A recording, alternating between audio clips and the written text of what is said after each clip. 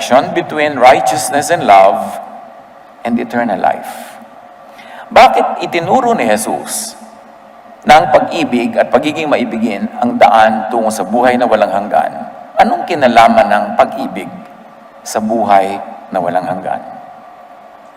Romans 2:7, to those who, by persistence in doing good, meaning in righteousness, seek glory, honor, and immortality, He will give eternal life. Kanino daw ibibigay ang eternal life? To those who persist in doing good, in loving. Love and eternal life, the connection. Salamat, Panginoon, sa inyong patuloy na pagtuturo. Thank you for fine-tuning what we know, what we believe in. And now we ask your guidance, your light. Let your truth liberate us and let us see higher levels of your truth. Teach us. Be our speaker. In the name of Jesus, your Son, who is love, who is truth, who is life and the way, we pray. Living to the fullest is primary duty of life. Sabi ni Jesus, I came that you might have life and have it abundantly, have it to the full. No matter what many religious people say, especially those who glorify sacrifice, Jesus said, I came that you might have a full life. Living to the fullest is primary duty and purpose and gift of living, of life. Pag ating sinuri ang earthly life's tour of duty, tulad ng ginawa ni Solomon sa Ecclesiastes, later on in his years, nearing that graduation day when he would be promoted to return to his Maker, sinuri ni Solomon ang buhay from birth to physical death. At nakita natin yung cycles of life na pinag-aralan at sinuri ni Solomon. And the tour of duty of life is first of all to get born. There's a time to be born, and then sabi niya, there's a time to die. But in between that, to survive to adulthood. And usually, to birth physical offspring and to birth spiritual and mental offspring. Ang buhay dapat ipanganak ka, tapos i-preserve yung buhay mo hanggat maaari, hanggat dumating ka sa point when you can reproduce physically or reproduce spiritually or mentally, basta't hindi ka dapat manatiling hindi dadami. And then the duty all throughout the time is to take care of creation and other creatures. Marami nagtatalo-talo about the commandments of God, ignoring the real first commandment, and it also tells us the purpose of life.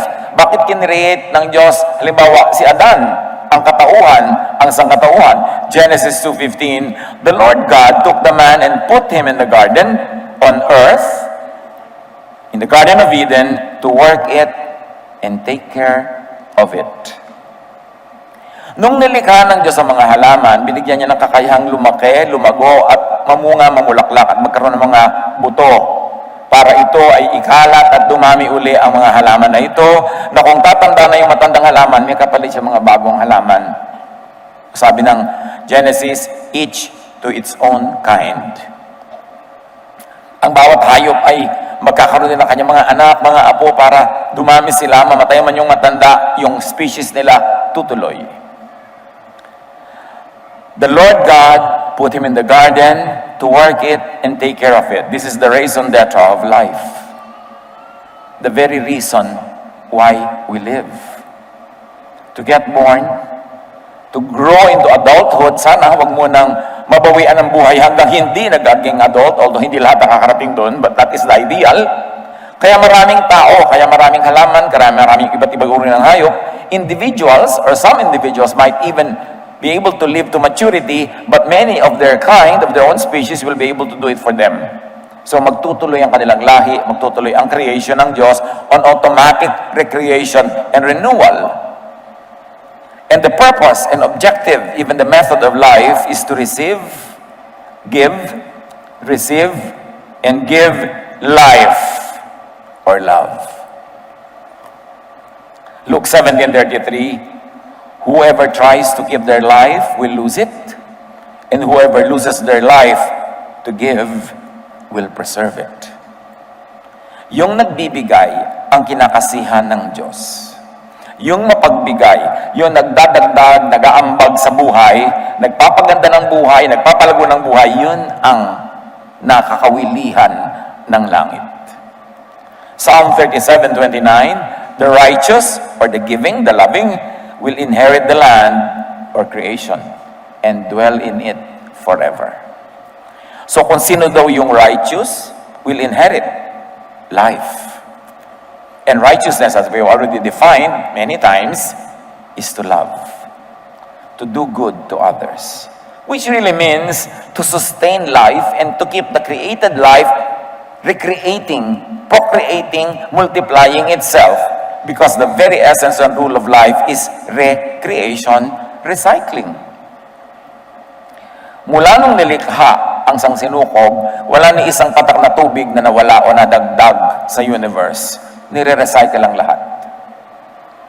Ganon din ang mga halaman, yung mga dahon nila ngayon, magiging kakainin mo, magiging part of you, tapos maaagnas ka kung ikaw ay subakabilang buhay, magiging lupa uli yun, magiging halaman na naman. Everything recycles. Proverbs 21:26, the righteous give without sparing. As you can see, over and over again, repeatedly, righteousness will be equated with giving, with loving.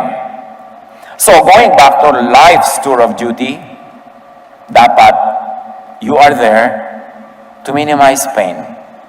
Your pain and pain of others, so that you will not only continue living, but you will also live to the fullest, as Jesus says, I came that you might have life and live it to the full. And you should minimize pain. Kaya, kinokontian natin ang pwede maging pain ng ating sarili at ng iba. Hindi yung pinaparami pa natin with needless sacrifices. And we are here to maximize fruitfulness and happiness. Hindi ka nilikha ng Diyos at ipinadala dito sa lupa para pagdusahin at parusahan at sadistahin. Ang gusto ng Diyos, excursion natin from eternity to earth, to enjoy the earth, to contribute to the earth, to contribute to life, and then meet your Maker again and go back to eternity. Because you came from God, and you will return to God. John 10:10, the thief comes only to steal and kill and destroy.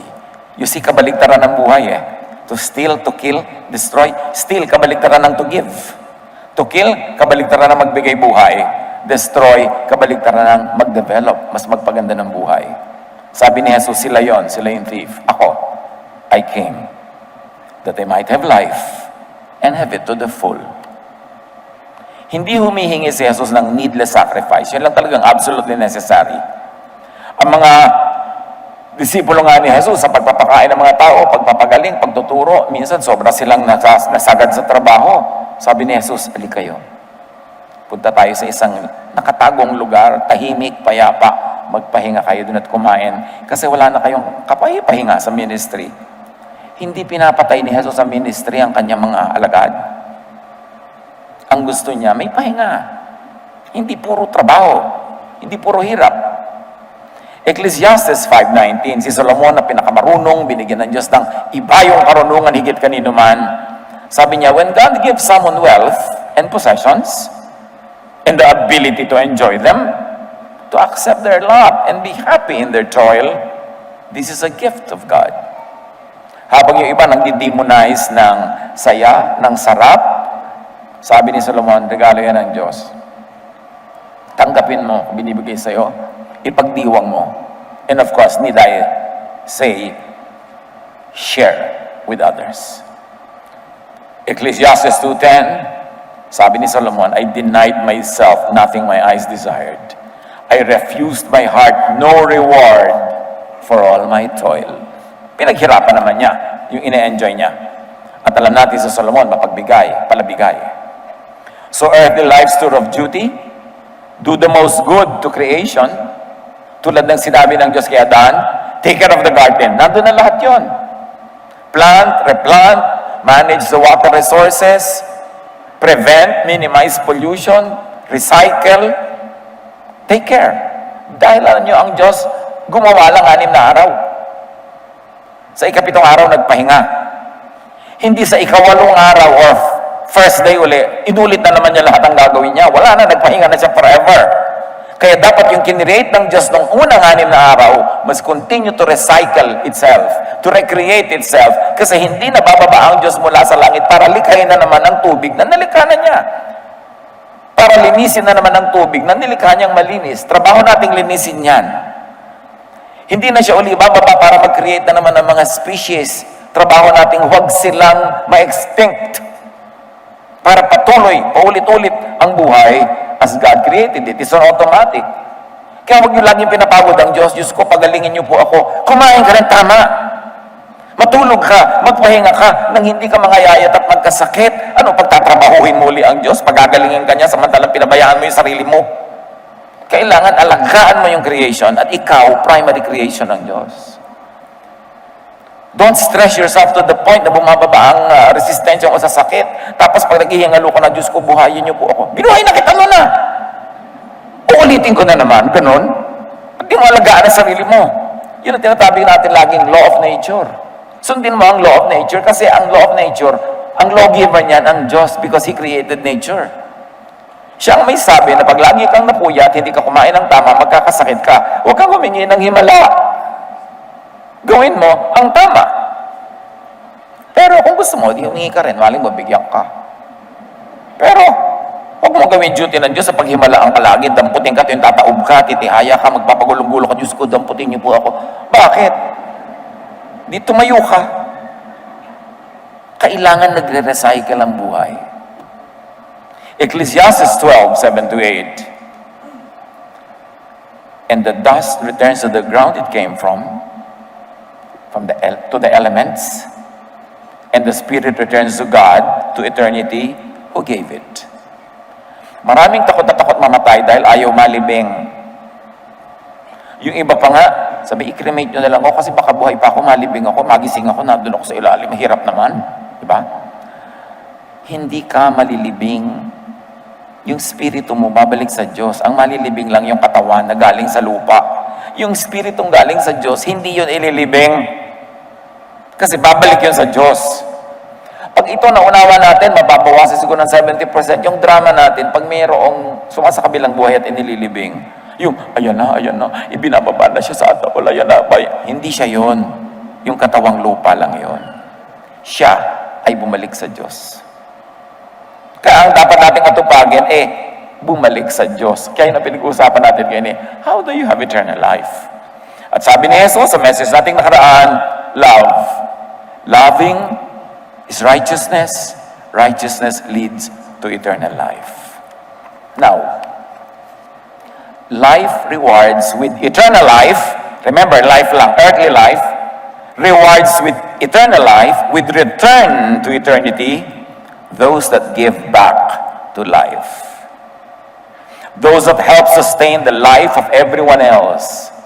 In other words, those that love. Ang binibigyan ng Diyos ng gantimpala na buhay na walang hanggan, yung habang nabubuhay dito sa mundo, ay tumutulong na pairalin ang buhay ng iba. Ng kalikasan, ng creation ng Diyos. Tuwang-tuwa ang Diyos sa binigyan niya at pinahiram ng buhay na habang narito ay patuloy naman tumutulong sa pagsusustain ng buhay. Buhay niya, buhay ng iba, buhay ng mga halaman, buhay ng mga hayop, buhay ng planeta. Jeremiah 7:5-7. If you deal with each other justly, if you do not oppress the foreigner, the fatherless or the widow, and do not shed innocent blood in this place, then I will let you live in this place, in the land I gave your ancestors forever and ever. Now, huwag laging gawing literal ito na it is a piece of real estate in the Middle East. Think of it as a representative of God's creation. That if you take care of creation, God will let you enjoy it eternally. If you give, if you care for life, God will gift you with eternal life. Proverbs 11:27, one person gives freely, yet gains even more. Kita niyo yung pabor ng Diyos sa palibigay. And I don't mean donations sa church only, ha? Lahat ng uri ng pagbibigay. Pagbibigay mo ng panahon sa mga nangangailangan, pagbibigay mo ng kalinga sa mga napapabayaan, pagbibigay mo ng pagkain sa nagugutom, pagbibigay mo ng understanding sa kinukutya ng iba, pagbibigay mo ng pagtanggap sa pinapatalsik at sinisipa ng iba, lahat ng uri ng pagbibigay that sustains life, that helps people preserve life or helps people enjoy life to the full. Yun ang mga pagbibigay. Another withholds unduly, but comes to poverty. So yan daw pala bigay ng paligay, hindi nauubusan, lalong dumadami. Pero yung nagdaramot, siya ang maghihikahos. Why? Because God knows. God fills heaven and earth with His presence. Alam niya ang lahat ng uri ng ating pagbibigay upang lalamang. Alam niya ang lahat ng uri ng ating pagbibigay sa buhay o pagnanakaw ng buhay sa iba o pagnanakaw ng buhay nila. Proverbs 25:21, if your enemy is hungry, give him food to eat. If he is thirsty, give him water to drink. Sabihin natin, bakit? Enemy na nga bakit papakanin pa? Anong kinalaman niya sa life? Because if you feed your enemy, he will become your friend. And if he becomes your friend, he will become your helper. Then, the feeding is good for all. Subukan mong gutumin yung enemy mo. Lalo mo siyang gagalitin. Pag nakawala yan, ang gugustuhin niya, durugin ka. Pero oras ang gawa ka ng mabuti sa kanya, mawawalan siya ng lakas ng loob na maging masama sa iyo. Matatanggal yung energy of anger. At mapapalitan pa, hopefully. And really, why not? Mapapalitan pa ng pagmamahal sa iyo. The best way to beat an enemy is to turn him into a friend. Life is in cooperation, not in needless competition or war. War destroys life. Cooperation and friendship promotes life for all. Ang creation ng Diyos has enough resources for all. Huwag pag-agaw-agawan, huwag pag-away-awayan at pagpatayan para doon kasi marunong ang Diyos ng arithmetic. Alam niya ang relationship between supply and demand. Kailangan lang wala yung greed. Kailangan lang merong giving so that not only you, not only your species, but all life will thrive. Yun ang sabi kay Adan. Take care of the garden. This is your mission. Proverbs 28:27, those who give to the poor will lack nothing, but those who close their eyes to them receive many curses. Marami daw sumpa ang dumadapo sa nagbubulag-bulagan, sa pangangailangan ng mga dukha. Pero yung tumutulong, hindi sila kailanman kakapusin. Mark 9:41, truly I tell you, anyone who gives you a cup of water in my name because you belong to the Messiah will certainly not lose the reward. See, just a cup of water may reward. Symbolically, metaphorically, literally, iisang ibig sabihin nun. There is blessing in giving. Kahit daanin sa science, ecological systems have many cycles operating as a part of the system. You have the water, carbon, and nitrogen cycles. At iba-iba pa. Baka naman absent kayo na ituro yun. Google nyo na lang. All chemical elements occurring in organisms are part of the bio-geochemical cycles. Kaya yung nalunok mong lamok nung bigla kang humikab, siyempre magiging part of yun, madadigest. Mamaya yun, pag naging lupa ka uli, makakain naman ng baka yung halaman na tumubo doon, nandun din yung lamok, nandun ka rin. We are all in all. We are part of it all. In addition to being a part of living organisms, these chemical elements also cycle through non-living factors of ecosystems, such as water or the hydrosphere, the land or the lithosphere, and or the air or atmosphere. Yung in-exhale mo, na hatching kahapon, nasa hangin, maaaring malunok niya dun sa banda dun ngayon. Kaya dapat nagmamask, di ba? Lalo kami yung mga virus. Kasi yung in-exhale ng kapwa mo, mai-inhale mo yon. Lalo kang lakas-lakas niyan tumawa. Mahihinga mo yung hininga niya, yung laman ng baga niya, pupunta sa baga mo. We are all connected. Na napatunayan natin itong pandemic, di ba? Sobra pala yung connection. Pwede talaga magpalipat-lipat yan. So, bakit bibigyan ng gantimpala ng buhay na walang hanggan, yung mahilig magbigay para mabuhay ang iba, mag-survive o mag-thrive? Kasi yung malabigay, sila ang bagay sa eternity. Because eternity will be recycling everything. Again, bakit? Because the goal of creation, the goal of life is to live and to give life to others. Pag may nagtatanong siya, ano ang goal of life? Baka kung ano-ano isagot nyo. Maging Miss Universe, maging binibining kangkungan, magkabahay, magkakotse. Yes, pero goal lang yun ng buwan, ng taon. Pero ang goal talaga of life is to live, to keep on living as long as physically possible, and to give life to others. Those that give life to others will be part of eternity. No matter what religions tell you, na para magka-eternal life na, mag-member ka sa kanila, magpabaptize ka sa kanila, hindi yun ang sabi ni Jesus. Ihihiwalay nyo yung sinasabi ni Jesus sa mga mito at alamat ng mga relihiyon. Psalm 19:1, the heavens or astronomy declare the glory of God. The skies proclaim the work of His hands. So kung gusto mo daw maintindihan ng Diyos, hindi lang sa religious scriptures, hindi lang sa mga doktrina, tingnan mo ang universe, tingnan mo ang galaxy, ang Milky Way. Consider for instance a supernova na binanggit na natin noong nakaraang buwan. If an object, like a massive star, keeps on giving out, it will become a supernova. It will shine most brightly and then explode to spread its matter back to the universe. From these clouds of matter will be formed other stars and planets and life. So, anong nangyayari? Continuity by recycling. Pag daw nag-explode yung mga malalaking star, makikreate ang marami uling mga mumunting star. This is the law of nature, the principle of sustainability. So kung mahilig kayo sa astronomy and you dabble with supernovas, consider nova, the supernova as light, as life. Eh di ba si Jesus, siya yung light of the world. Siya yung life. Yung ang dami ng relationship. Sabi niya, I am the light of the world. Consider the supernova as life-friendly, as giving, and loving. Sabi ng Proverbs 11:30, the fruit of the righteous is a tree of life. Recycling na naman. And the one who is wise saves lives. Sabi niya, hindi wise yung those that kill life. The one who is wise saves lives. Kahit life pa yan ang enemy mo.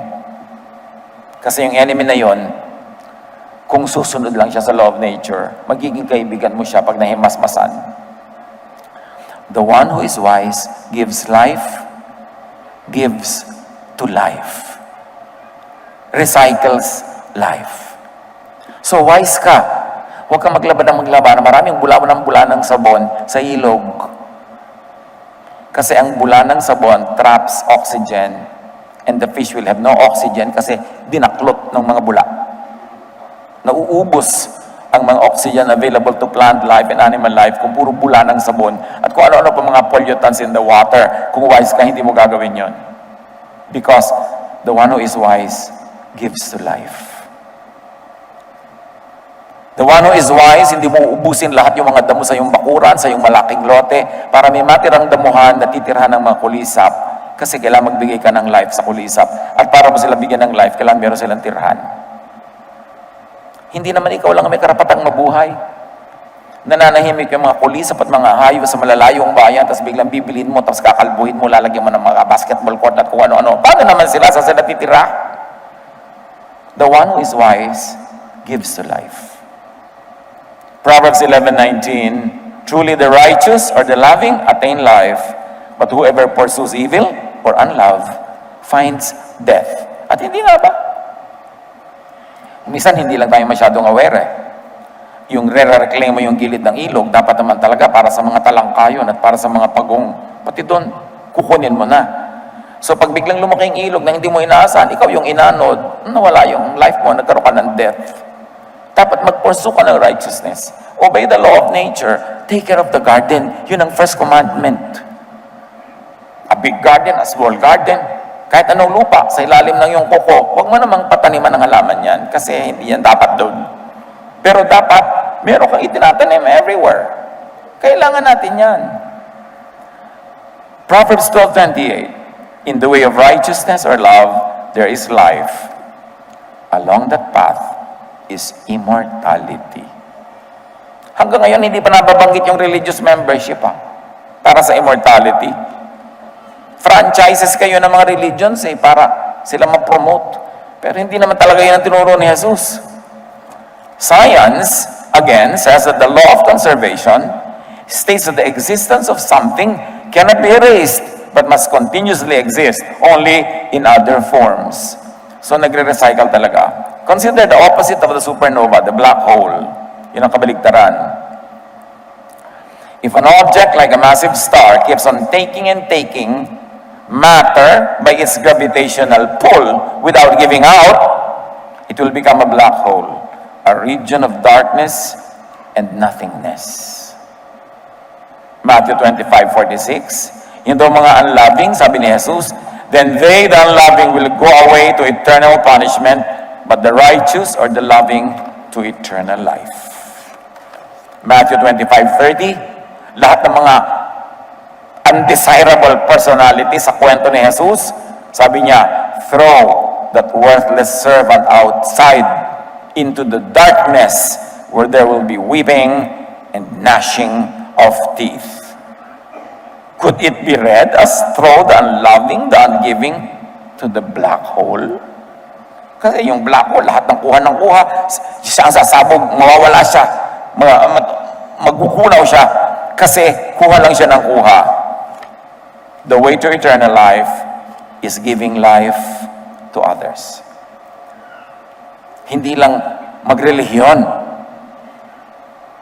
Bago pa dumating ang mga religions, nandun na yung law na yan. The way to eternal life is loving others. Kaya sabi ng 1 John 4:7 and 8, let us love one another, for love comes from God. Everyone who loves has been born of God. Read it as born again. Everyone who loves is born again. Therefore, you will see the kingdom of God because you love. Everyone who is born of God and knows God. Whoever does not love does not know God. Does not have eternal life because God is love.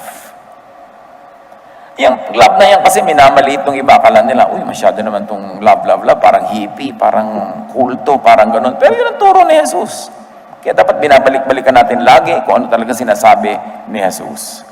At ulitin natin ang Proverbs 12:28. In the way of righteousness, which is related to giving, there is life. Along that path is immortality. Sa Luke 10:25, itinanong kay Jesus yung pinakamahalagang tanong na pinag-uusapan natin ngayon, what must I do to inherit eternal life? He answered, love the Lord your God and love your neighbor as yourself. Do this and you will live. You will live eternally. Again, walang religious prescription. Sabi ni Jesus, love God, love your neighbor, do this and you will have eternal life. So love. Do a good Samaritan, tulad ng kwento ni Jesus. Help a victim of unlove. Any unlove.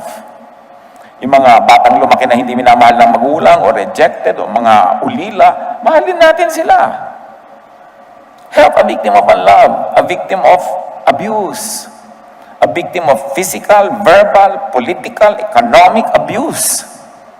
Ang dami-daming unloved, underloved. Hindi mo kailangan lumayo in your very own circle, family, friends, ang dami. Kung gusto mong maglingkod, gusto mong magmahal, ang daming para hindi ka maubusan. Cure a wounded, bleeding, hurting someone. Ang Ang daming mga tao bleeding, hurting. Help. When you are strong enough to help, do the helping. Kung hindi ka naman muna kayang tumulong sa iba, ikaw naman yung tutulungan. Pero habang kaya mo, tulungan mo yan. Huy, Christian pala may-ari ng negosyong to, humingi tayo ng discount. Help ba yun? Nagnenegosyo yung kapatid mo, ayaw mo nang tumubo. Gusto mo, kunin yung tubo niya at gawing discount. Hihingi lang kayo ng discount o tawad kung hindi nyo talaga kayang ma-afford. Bayaran buo at mamamatay kayo kung hindi nyo makain yun o mabili yun, doon kayo humingi ng tawad. Pero yung meron naman kayo babayad, gusto nyo lang makalamang, gusto nyo lamang na makatipid, kahit kaya nyo namang bayad, anong tawag doon? Love ba yun? Clothe the naked, cold someone. Many people are naked, naked of honor, naked of devoid of clothing, clothing of dignity, clothing of respect. Kasi hinuhubaran sila ng mundot, hinihiya. Clothe such people with acceptance, with love, with understanding. Feed a hungry, thirsty someone, be it physical food or emotional food. There's people who are hungry and thirsty around us. Help others to survive. Makatawid man lang. Alam niyo, yung uutang lang, unless professional lang nangungutang, mahirap magsabi. Maraming dasal ginagawa yan, maraming paikot-ikot, timing, kung malamig ba ulo niya, yung nakangiti ba siya, bago makapagsabi. Pag nakapaglakas loob na magsabi, huwag niyong hiyain kung kaya niyo naman. Kasi mahirap magsalita pag needy ka. Unless nga artista siya o professional. Malalaman naman natin yun But help others to survive. May mga estudyante, kailangan niya ng pang-enroll ngayong SEM. Kung kaya niyong tulungan nyo. Next SEM, bahala na ang Diyos kung anong susunod. Pero yung ngayon, itawid mo lang. Para pag pinagdugtong-dugtong, nakawalong semestre, nakatapos. Part ka of that. Nagugutom yung mga tao, yung mga iba, bakit po kayo namimigay ng food? Ba't di nyo lang dala sa tulungan na matuto, na manahi, magtrabaho? Nagugutom na nga ngayon, tutulungan mo pa ng manahi. Kailan pa siya makakatahi? Next month pa. So, kalansay na siya.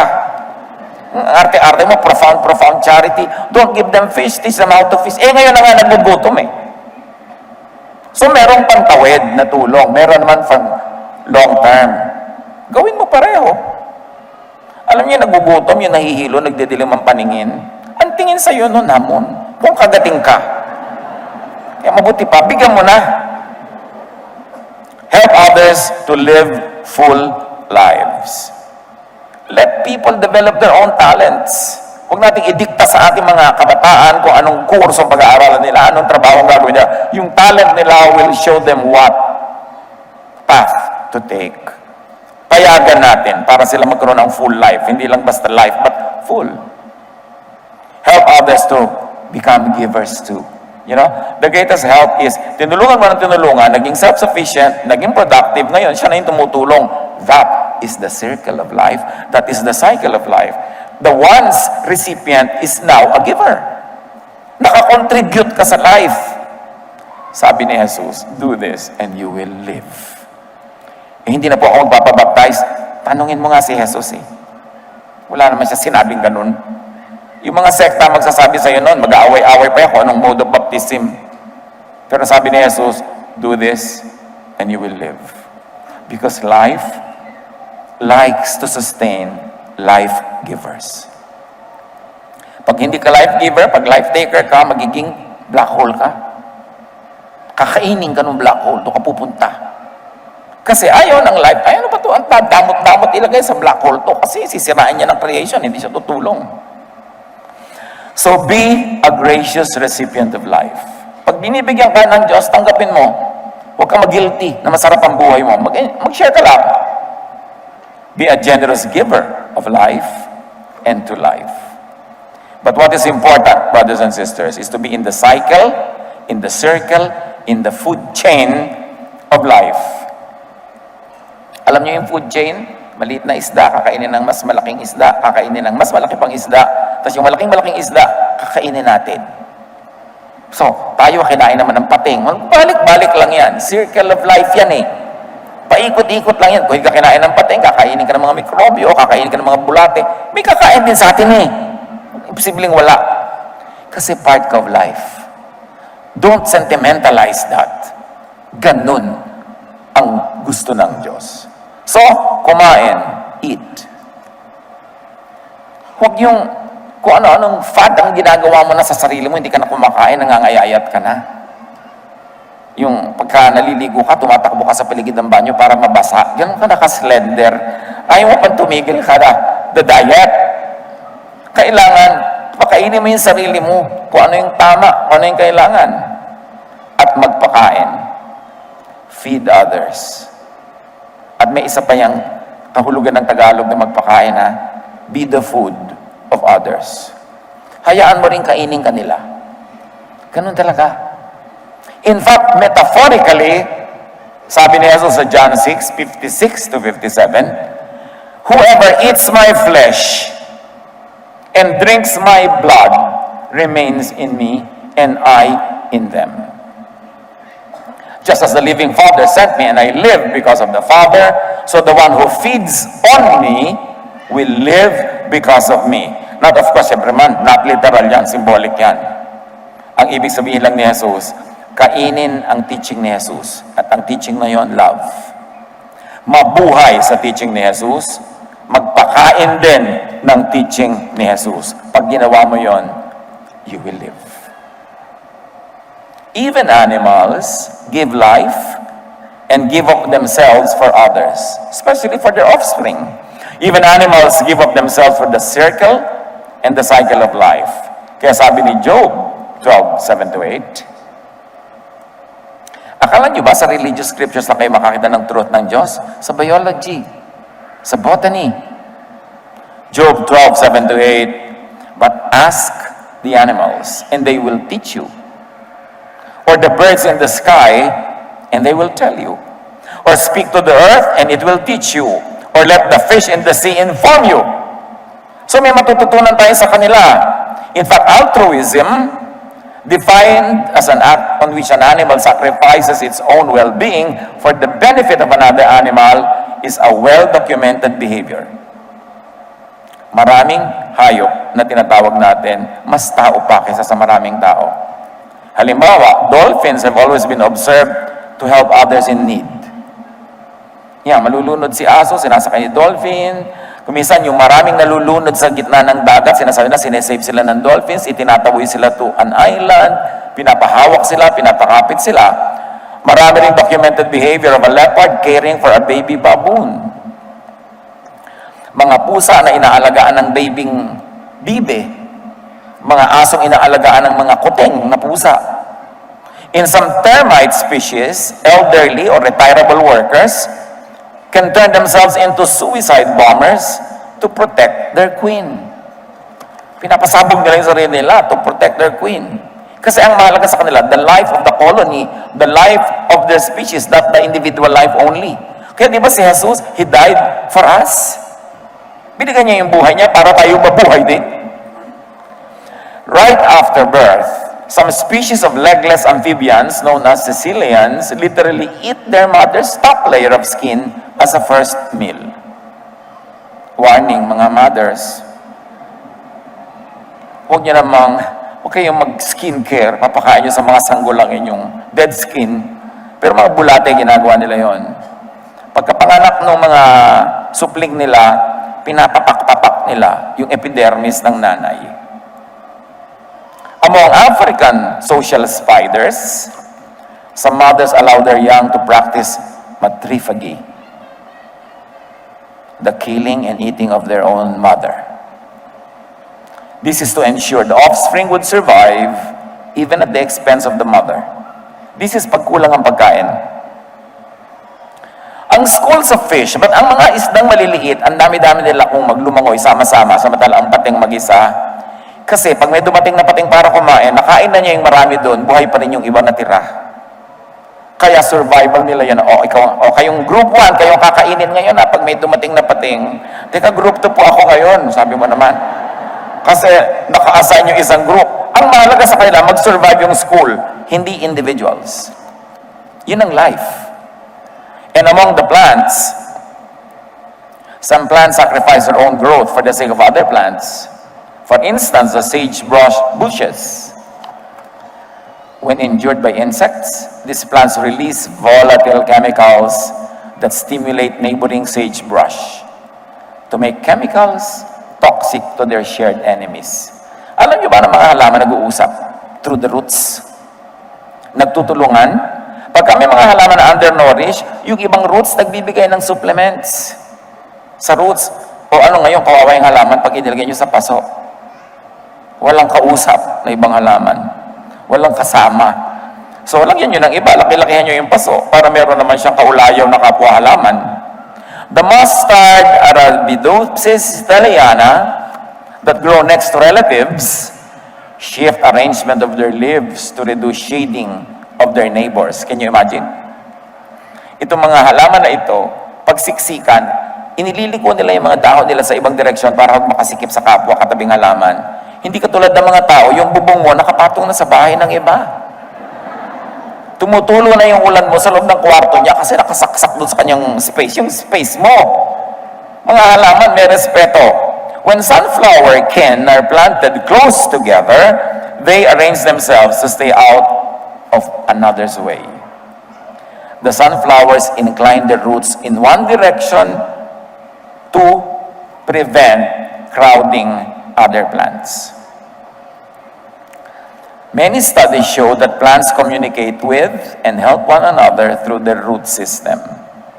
They share moisture, even what we may call medicines, and even company. Back to animals. Ang praying mantis, a very interesting animal. Hindi sa lahat, 13 to 28% ng praying mantis, when a male and a female copulate, after copulation, kakainin ng babae ang lalaki. Pwede sigurong gawin ito sa mga tao para makontian ang maraming mga ginagawang hindi kanais-nais. After mating, the female bites off the male's head and then proceeds to devour his corpse for nourishment. Sabi ng babae, sorry na lang dear ha, baon ko to sa aking paglilihi. Kakainin kita. Para makasigurado ako na yung magiging supling natin ay mabubuhay. Can you imagine? That's embedded in nature. Kaya yung praying mantis, pwede mo ngayon matawag yung mga lalaking praying mantis.